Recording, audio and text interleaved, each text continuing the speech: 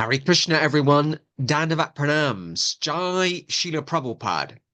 Welcome to Talk 10 in these series of short talks on, or rather from, the Bhagavad Gita, called Bhagavad Gita as it is Bite-Sized Talks, where every now and then we get together to read a chapter, or a verse from the Bhagavad Gita together.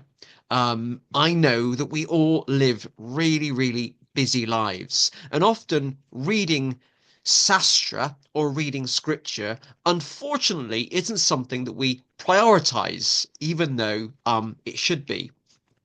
So every month I produce these Bhagavad Gita as it is, bite-sized talks, where we can get together and I will read a verse from the Bhagavad Gita as it is, and read Srila Prabhupada's purport, and then talk very briefly on that particular verse.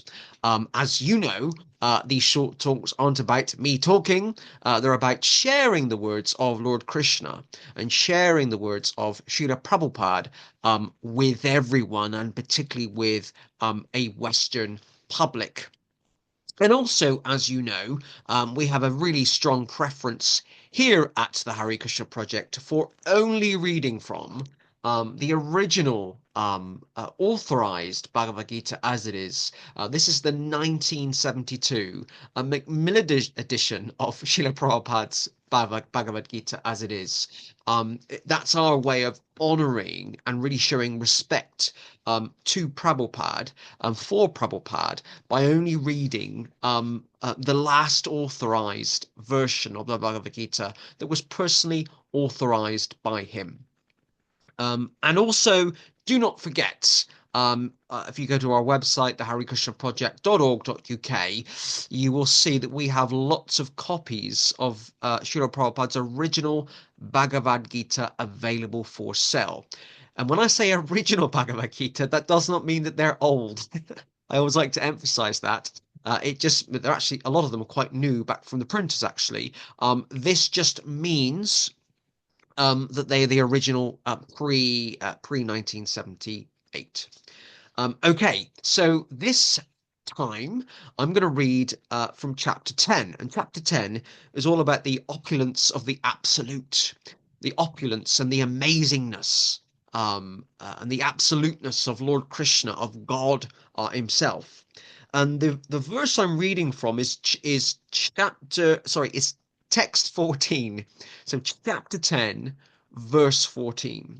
So this and just to kind of for context, I know most of you will know this, but the Bhagavad Gita is a discourse. It's a conversation between Lord Krishna, God himself, and his dearmost friend and disciple Arjuna. And they're having a whole conversation about the meaning of life, the nature of the soul, the nature of the relationship between individual souls, our individual selves, and the supreme person, Lord Krishna. And Arjuna is asking Krishna all of these questions on a battlefield. So it's also kind of an historical lesson as well. And here, Arjuna is asking Krishna a question, a series of questions, and this is chapter 10, verse 14. Here is the verse. O Krishna, I totally accept as truth all that you have told me. Neither the gods nor demons, O Lord, know thy personality. And this is the purport provided by A.C. Bhaktivedanta Swami Prabhupada.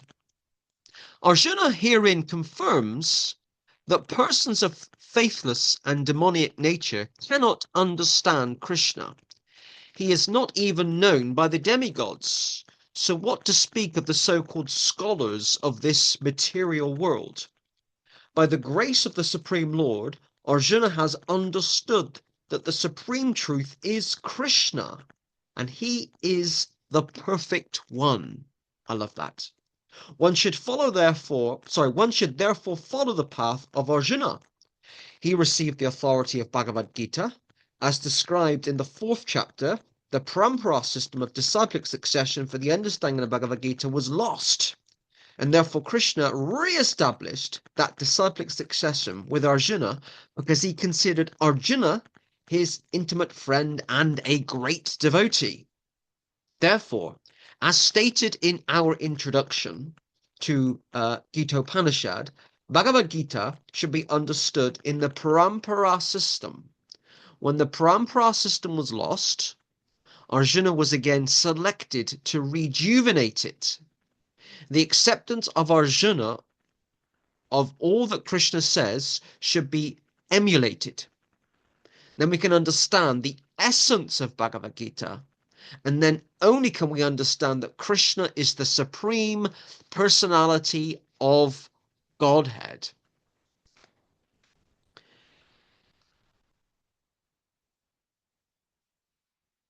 Most people in their lives are looking for a role model. A role model. Everybody wants someone to look up to. Everybody wants somebody to follow. And for lots of people, that's celebrities or sports stars or musicians. For some people, it's the monarchy, believe it or not. For others, it's a particular religious leader or guru. I think if you're looking for one person to have as your role model, if you're looking for one person to really follow in the footsteps of, it's Arjuna. If you read through the Bhagavad Gita as it is, and you really understand the depth and the deepness of Arjuna's questions, the hankering of his soul, the questions that he has for Krishna, you can tell that he is so um, genuine and so authentic in his desire to understand the truth. If you want a role model in your life, Arjuna is a great role model to have. His complete attitude and approach to surrendering and accepting Krishna as the absolute truth should be something we are all striving to. That's in all parts of our life, not just when our life is going well. And we're all guilty of that when our life is going well materially. We've got money in the bank, we've got a nice vehicle to drive, you've got a good looking person on your arm. It's not just in those times when you give thanks and praise to Krishna, but also in what we would consider the bad times as well. We need to have complete faith in Krishna and surrender to Krishna at all times. The example, or one of the ways to do that, there are lots of ways to do that, and Srila Prabhupada, throughout his ministry, bit of a Christian word there, his ministry, through his books, through his teachings, through his examples, he gives lots of examples of how we can surrender to Krishna, how we can put Krishna first. Particularly in this purport, Prabhupada talks about the importance of following the authentic or an authentic parampara system. So a parampara system is basically a lineage of teachers or a lineage of bona fide teachings passed from Lord Krishna himself down to the present day. And Prabhupada talks about the importance of being part of the parampara system or following the parampara system.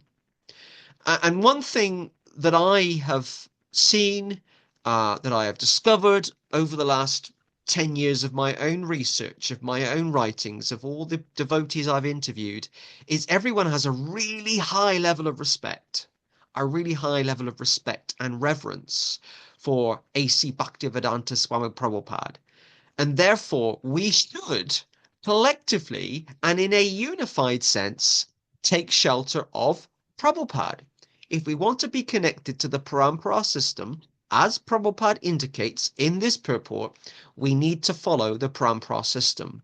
And therefore, in practice, what that means is we should be following the teachings of Srila Prabhupada.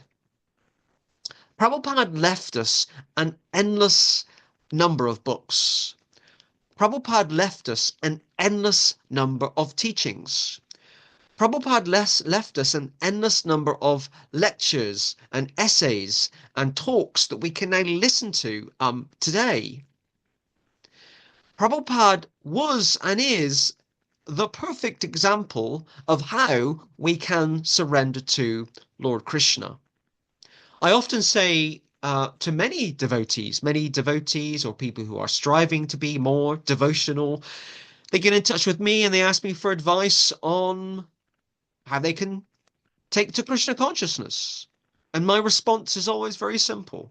Just follow the teachings, follow the example of Srila Prabhupada. Read Srila Prabhupada's books.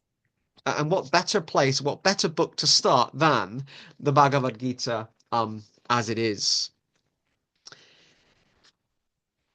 Bhagavad Gita, chapter 10, verse 14. Lord Arjuna says, O Krishna, I totally accept as truth all that you have told me. Neither the gods nor demons, O Lord, know thy personality. All glories to A.C. Bhaktivedanta Swami, Srila Prabhupada. Ki Jai. Hare Krishna.